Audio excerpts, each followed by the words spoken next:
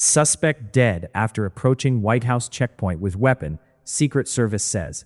A person who approached a White House security checkpoint and began firing at officers has died, according to federal officials.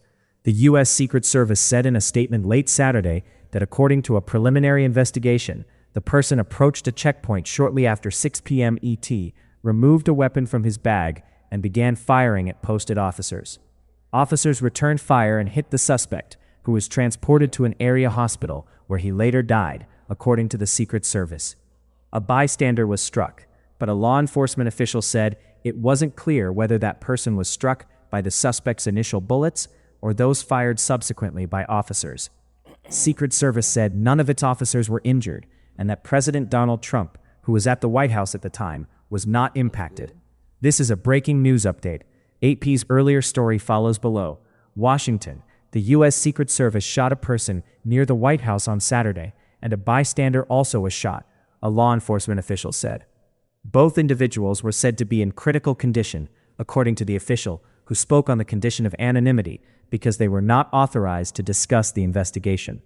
Journalists working there Saturday reported hearing a series of gunshots and were told to seek shelter inside the press briefing room.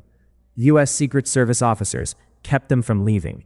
There were no immediate reports of injuries or information about the circumstances. On X, the Secret Service said it was aware of reports of shots fired near 17th Street and Pennsylvania Avenue, New Washington, 1 block from the White House, and was working to corroborate the information with personnel on the ground. It said it will have an update shortly. In a social media post, FBI Director Kash Patel said officers were responding to shots fired and said he would update the public as we're able.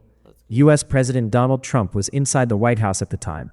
Evidence of the shooting was visible on a sidewalk just outside the White House complex, where yellow crime scene tape snaked across the pavement, and officers with the U.S. Secret Service placed dozens of orange evidence markers on the ground. Medical material, including what appeared to be purple surgical gloves and kits typically used by emergency medical personnel, were also seen.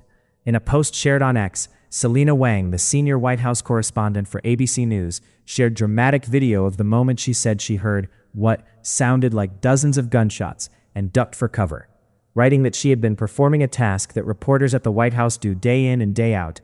For a social media post, Wang's video shows her speaking for a few seconds about Trump's statements earlier Saturday about a potential Iran deal. As the sounds of gunfire are heard in the background, Wang's eyes grow wider, and she ducks down in the media tent, which is among those situated in a line along the White House driveway where broadcasters film their reports. On X, Wang's video had been shared thousands of times as of Saturday evening and viewed at least 3 million times. The Metropolitan Police Department said on its X account that the Secret Service was working the scene and cautioned people to avoid. The scene is near where a gunman ambushed 2 members of the West Virginia National Guard last November. U.S. Army Specialist Sarah Beckstrom, 20, died from her wounds.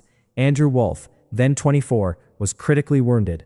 Ramanullah Lakhanwal has been charged in that incident. The gunfire Saturday comes nearly a month after what law enforcement authorities said was an attempted assassination of the president on April 25, as he attended the annual White House Correspondents Association dinner at a Washington hotel.